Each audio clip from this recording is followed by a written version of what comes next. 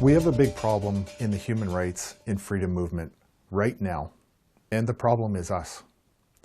We need to get back to our roots. When the pandemic began, the government created fear and panic within the public. Then, when the lockdowns and restrictions hit, the public became desperate to have a remedy that would allow them to get back to normal. The COVID-related vaccine became the remedy, and panic and desperation led people to take it because they relied on the government's information as honest and unquestionable. Few were courageous enough to seek outside opinions, especially among the highly paid white-collar professions. Politicians around the world referred to our inalienable rights as privileges that we would have to earn with good behavior. When ordinary Canadians had enough of the government's overreach at every level, they united in their support and took to the streets to protest. Small grassroots groups inspired thousands of people to come together under a single cause and under one banner. But last January, the public's reaction across Canada was something new. It was a reaction provoked by all levels of government acting so invasively and aggressively towards every aspect of our lives. As time has passed, we've learned new truths that our governments can no longer continue to hide the decisions they made, which have blatantly harmed our society. Decisions that destabilized our confidence in every institution in our society. Decisions that destroyed families, businesses, and our trust in humanity as a whole. What happened in Canada last January inspired hope, and it gave people courage to come forward, despite the government's continued effort to keep us segregated and afraid. When civil unrest became commonplace, the governments tightened their grip on the people even harder with increased fines and unconscionable arrests by the police. The police were used as a tool to oppress people who just wanted their rights protected. At the very least, we wanted justification for why the government was so aggressive towards us. On the contrary, the government did everything they could to censor what resembled transparency and completely killed any opportunity for debate. Many of us thought the police would be on our side. For the vast majority of the last 2.5 years, we were wrong. From my perspective, too many police have been on their own side, only to protect themselves from economic hardships. But today, I don't want to focus on the police or the government. I want to focus on you. Not long ago, in a public speech, I asked for people to be patient and to let the legal system finally start to work in the way it was always intended. I quoted Napoleon, who said, "Never interrupt your enemy when he's making a mistake." For many, this was a message that resonated well. For others, it provoked the exact opposite reaction. Within the human rights and freedom movement, many are looking for a bold and decisive victory, and they're growing impatient after all this time. From my own analysis and conversations, this is the exact wrong time. I say this because no level of government has done anything provocative all summer, and the vast majority of Canadians feel life is returning to normal. Currently, there is not enough public support for protesting. There are very few COVID-related vaccine mandates, other than for the military, post-secondary institutions, and the travel industry. Mask mandates are confined to very few places. It is true that mandates still exist, but they're currently suspended. After all this time, the public has extreme fatigue from anything related to COVID. So for many, that's as good as mandates being completely removed. If we're patient, the government will almost certainly poke another angry bear by doing what they've been hinting at, which is bringing mandates back if they don't see a certain threshold of boosters being met. If we're patient, the government will provide ample opportunity for the public to once again become highly agitated. If we're impatient and provoke a situation, we will write the government's narrative for them, and they'll take full advantage of an opportunity to go after anyone who disagrees with them. Trying to arrest police at the Peterborough police station last month was as reckless as it was stupid. Anyone who was convinced that was a good idea is only being taken advantage of. I fundamentally disagree with any action that attempts to bypass or creatively subvert the current legal system of law and order. That's why I was against the MOU during the convoy. We have many people within the human rights and freedoms movement who subscribe to the supremacy of the Bill of Rights in terms of its ability to win court decisions for actions taken against the public during lockdowns.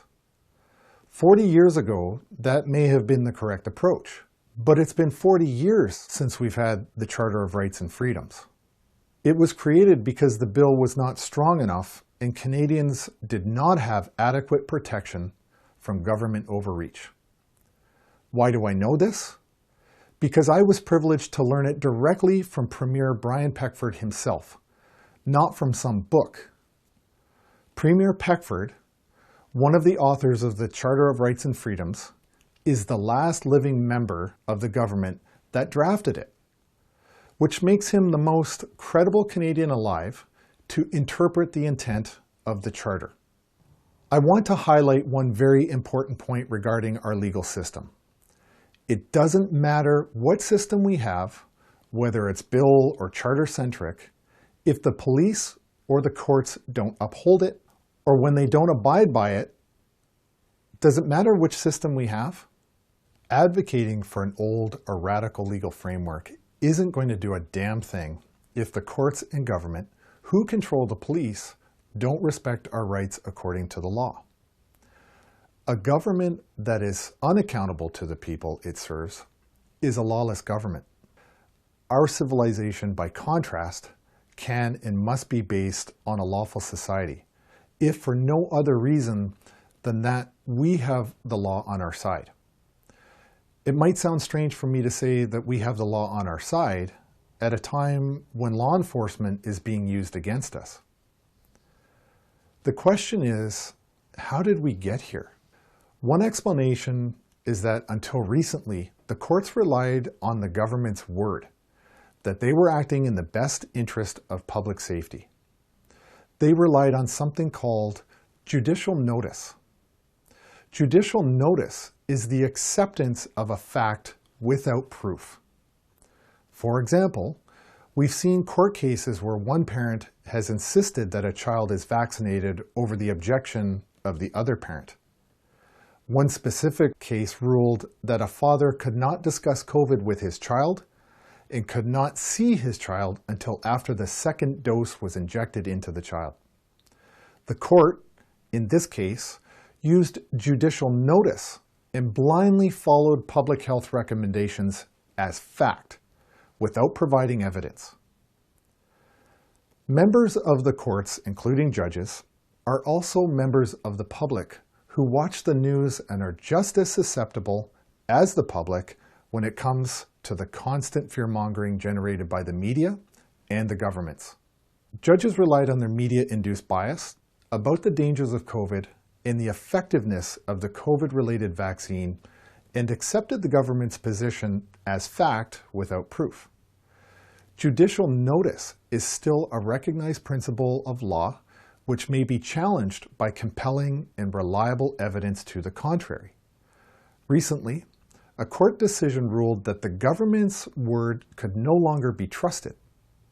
In a recent 2022 Ontario Superior Court case, the Honourable Justice J.C. Corkery stated, "Why should we be so reluctant to take judicial notice that the government is always right? The list of grievous government mistakes and miscalculations is both endless and notorious. Catching and correcting those mistakes is one of the most important functions of an independent judiciary. And throughout history, the people who held government to account have always been regarded as heroes, not subversives. When our government serially pays out billions of dollars to apologize for unthinkable, historic violations of human rights and security, how can we possibly presume that today's government experts are infallible? Nobody is infallible. And nobody who controls other people's lives, children's lives, should be beyond scrutiny or impervious to review. This will have a monumental impact on court cases in the very near future. The courts just admitted that the government can't be trusted and are essentially forcing the government to provide evidence for their actions. Frankly, the courts should have known better from day one. Had they done their jobs and acted as a truly independent branch of government, we wouldn't be in half the mess we're in now. But that's all changing. We're seeing many of the courts start to reaffirm their independence and instill some sanity back into our governments. This is what should have happened from the very beginning, but it didn't. For those people in the human rights and freedom movement, I'd like to offer this simple idea. Hold the government accountable using their own rules and laws against them, not your own. Don't go into a courtroom and try to convince the judge that everything they've worked for during their entire career has been a lie and that their legacy is invalid.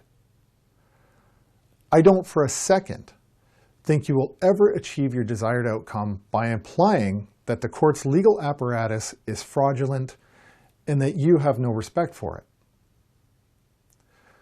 The human rights and freedom movement exists because of those who have suffered extensively from restrictions and mandates. This has resulted in panic and desperation for a legal remedy that would allow them to get back what they have lost. This panic and desperation has led countless individuals to follow and rely on terrible legal information. Just as the COVID-related vaccine is dangerous and causing harm, so too is misleading legal information. Those who follow this derived legal path are sure to lose in court, and many have been and will be subject to significant fines, large cost awards, and perhaps even jail time. Be wary of anyone who has, in the past, been found to have published false and detrimental information. I'd like to offer a few final thoughts on how I've been approaching the situation we all find ourselves in, within the movement itself. Focus on what you do control and what you can influence. The goal of influence is to gain a measure of control. If you can't control it or influence it, it's often an irrelevant consumer of time and energy you could be using on things you can control. Does what you're doing improve morale among your allies? If not, it may not be reasonable, responsible, or a balanced course of action. Reconsider your plan. Don't advocate violence. Instead, advocate in the name of self-defense only. A threat is not the same as drawing a line in the sand. Attack issues, not people directly or their character. It will facilitate respectful discourse rather than lower morale within your circle of influence. Paranoia is not a form of analysis. Not everyone is a government agent. Some people just draw on different life experiences and have a different idea or opinion. There is a difference between someone's intentions and their capabilities. Not everyone has the capabilities, no matter how well intended. With a con, the con artist always promises the next big thing is just around the corner. We keep seeing evidence of this, and so far, all promises have failed to meet any expectations. Let us all remember that it has taken those who oppose our freedoms years to infiltrate and establish themselves within our system. Likewise, it will take us years to remove them and return legal authority to the hands of the people. Finally, I want to reiterate what I've been saying for a while now. It's time to be patient. By doing so, we allow the legal system to catch up to what we've been advocating for all this time. In October, there will be a unique public inquiry into the federal government's use of the Emergency Act. It will be public, and it will aim to satisfy whether the government's use of the Emergency Act was appropriate and effective.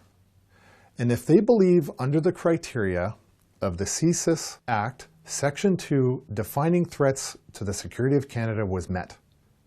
This public inquiry is about accountability and also serves as a robust demonstration of the fortitude of our human rights and freedoms in this country. Under pressure from all levels of government, law enforcement failed to protect the public. As a result, it was members of the public that finally took the government to task in January. It was members of the public using the current system of law we have in place against the government who have put us in a position to hold the government accountable. In closing, it's worth repeating Justice Corkery's words.